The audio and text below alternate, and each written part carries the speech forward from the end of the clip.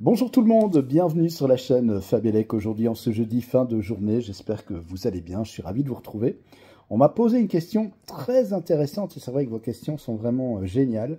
C'est une question qui concerne le triphasé. Et cette question, c'est ça qui est assez marrant. À l'époque, je me posais exactement la même question et je pense que beaucoup d'entre vous se posent cette question qui est tout à fait intéressante. J'ai eu la réponse avec mes études en électricité, mais c'est vrai qu'au départ, je me disais, mais comment ça se fait? Effectivement, vous avez déjà remarqué que la section du fil du neutre est la même section que celle des fils de phase. Pourquoi?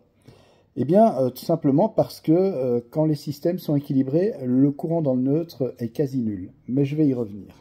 Je vous ai fait un petit résumé, j'ai pris des notes parce que c'est assez important ce que je vais vous dire. Et soyez très attentifs à ce que je vais vous raconter parce que c'est pas évident, il faut vraiment être très attentif. Écoutez bien ce que je vais vous dire. En réalité, dans un système triphasé équilibré, comme c'est souvent le cas, la somme vectorielle des courants dans les trois phases est quasiment nulle. Les charges sont réparties de manière égale sur chaque phase, donc le courant qui circule dans le neutre est très faible, voire nul en théorie.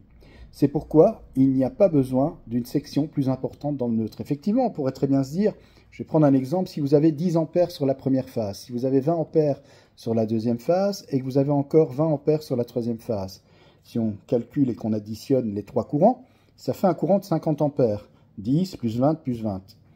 Or là, je vous dis que le courant est très très faible, voire quasi nul. Alors que la logique voudrait que le fil du neutre, c'est le fil de retour, donc tous les courants de chaque phase repartent par ce fil neutre. On devrait effectivement avoir, dans l'exemple que je viens de vous donner, 50 ampères, mais ce n'est pas le cas. Alors, tout simplement parce que le système, comme je vous l'ai dit, est équilibré. Mais dans un système qui est déséquilibré, par exemple avec des charges monophasées inégales, il y a bien un courant dans le neutre, effectivement. Cependant, ce courant ne dépasse jamais la valeur du courant maximum par phase, car il correspond à la résultante des courants. Du coup, on dimensionne le neutre à la même section que les phases pour supporter ce courant potentiel sans souci. Il existe tout de même des cas particuliers, et dans ces cas particuliers, eh bien, c'est dans des installations où il y a beaucoup d'harmoniques, par exemple, avec des équipements électroniques, où le courant dans le neutre peut être plus important. Dans ces situations bien précises, on peut surdimensionner le neutre pour éviter des échauffements.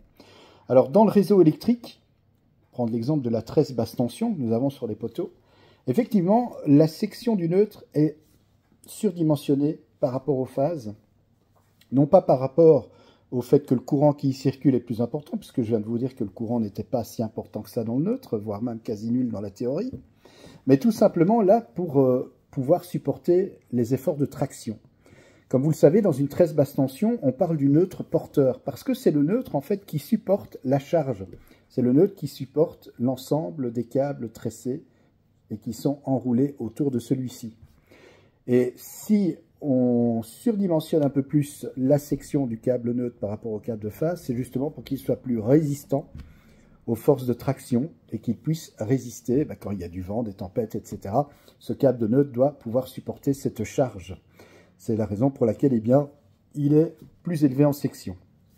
Et puis ce câble de neutre également, on y ajoute un câble en acier pour le rendre encore plus résistant à ces efforts de traction. Mais voilà, pour résumer, non, les courants ne s'additionnent pas vraiment dans un système équilibré et ne retournent pas dans le fil du neutre en s'additionnant, donc chaque courant de chaque phase ne s'additionne pas.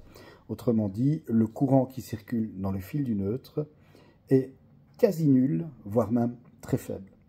Voilà, je sais que c'est un peu complexe à comprendre, mais j'espère que mes explications vous auront quand même suffi à comprendre comment ça fonctionne. Merci en tout cas pour ta question et merci pour toutes vos questions. Je n'hésiterai pas à revenir vers vous pour répondre à d'autres questions, soit demain si j'ai le temps, et si ce n'est pas demain, de toute façon, on se retrouve dès la semaine prochaine. Il ne me reste plus qu'à vous souhaiter une excellente fin de semaine, ainsi qu'un très bon week-end. Je vous embrasse, à bientôt.